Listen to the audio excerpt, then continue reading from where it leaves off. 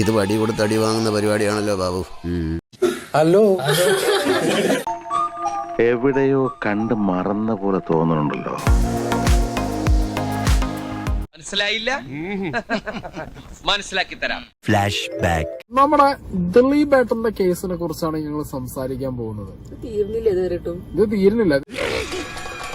ഞങ്ങൾ ഇതിനു മുമ്പ് ഒരു വീഡിയോ ഇട്ടിട്ടുണ്ടായിരുന്നു. നമുക്കൊക്കെ ഒരു 10, 50, 60 വയസ്സാവുന്നത് വരെ ഈ കേസ് നീണ്ടു പോകുന്നുള്ള കോലത്തേക്കാണ് കാര്യങ്ങൾ പോകുന്നതെന്നാണ് തോന്നുന്നത്.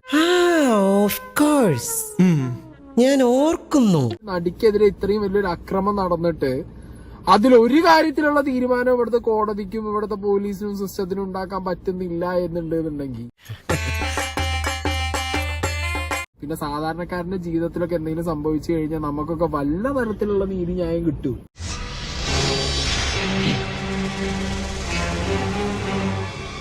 ഇവിടെ കണ്ട പോലെ ഒരു ചോദ്യം, കേസിലെ 8ാം പ്രതിയായ ദിലീപിന് എന്തിന്റെ ആവശ്യം ഉണ്ടോ ഇതിന്റെ ഹാഷ് വാല്യൂ മാറിയോ ഇല്ലേ എന്നുള്ള ആ ഒരു കേസിൽ പോയിട്ട് ഇതല്ല, ഇതിലും വലുത് വന്നാലും നമ്മൾ കാണേണ്ടി വരും.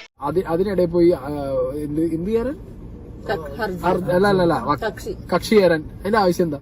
ഒരു കയ്യബദ്ധം നാറ്റുകരുത്. പിന്നെ ഈ കേസ് നീണ്ടു പോവാൻ വേണ്ടിയിട്ടാണ് എന്താ പറഞ്ഞ ഇരയുടെ ഭാഗത്തുനിന്ന് ഇങ്ങനെ ഒരു നീക്കം എന്ന് പറയുമ്പോ ഈ കേസ് നീട്ടി പോവാൻ വേണ്ടിട്ട് 83, 84 ഹർജികൾ കൊടുത്ത് ഈ കേസ് നീട്ടാൻ വേണ്ടി നോക്കിയത് ആരാന്നുള്ളതൊക്കെ എല്ലാവർക്കും അറിയാം. അതൊക്കെ നാട്ടുകാർക്ക് അറിയാവുന്ന കാര്യമല്ല. അയ്യോ, ഓർമ്മിപ്പിക്കല്ലേ പൊന്നെ.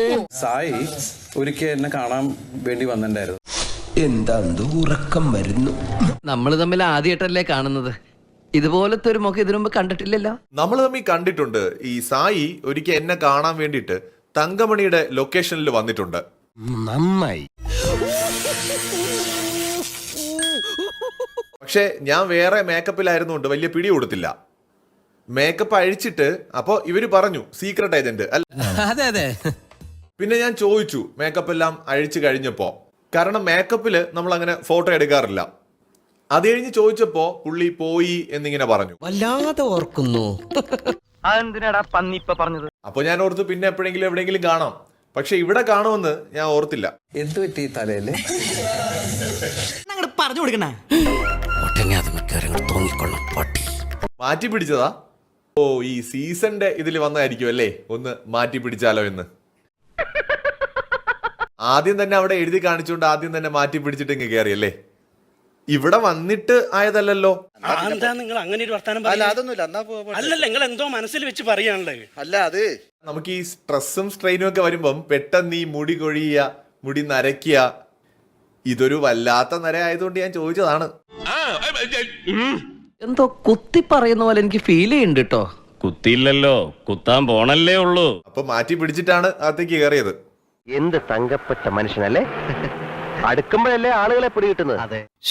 ഞാൻ എന്തിനാ ഈശ്വര ഇങ്ങനെ തെറ്റിദ്ധരിക്കണേ? എന്നാ ദിലീപേട്ടൻ വന്നപ്പോ സായിയെ ഒന്ന് പ്രത്യേകം കൺസിഡർ ചെയ്ത പോലെ നിങ്ങൾക്ക് തോന്നിയില്ലേ? എനിക്ക് തോന്നി.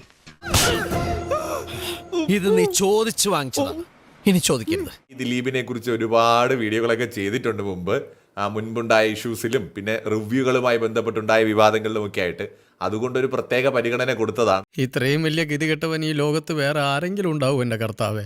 ഏതായാലും നമുക്ക് കിട്ടാവുള്ള നമുക്ക് കിട്ടും. ഇനി ആ ഏരിയയിലേക്ക് ഞാനില്ല. തൽക്കാലം ഇത്രയും മതി. വരട്ടെ.